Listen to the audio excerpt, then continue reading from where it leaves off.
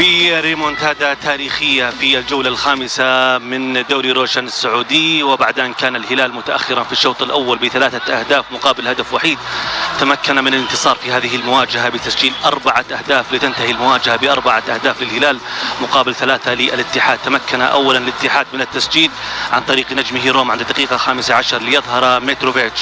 ويسجل هدفا خياليا عند الدقيقة 20 ليعدل النتيجة لصالح الهلال، ومن ثم يعود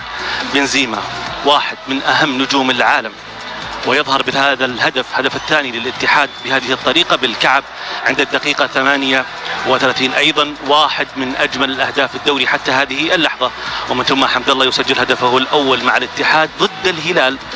وهو يرتدي قميص الاتحاد عند الدقيقة 48، أي في الوقت بدل الضائع من الجزء الأول من هذه المواجهة. في الشوط الثاني من هذه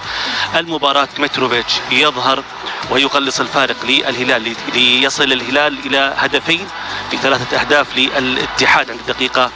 60 بهذه الطريقة، ومن ثم يعود ويحرز الهاتريك عند الدقيقة 64.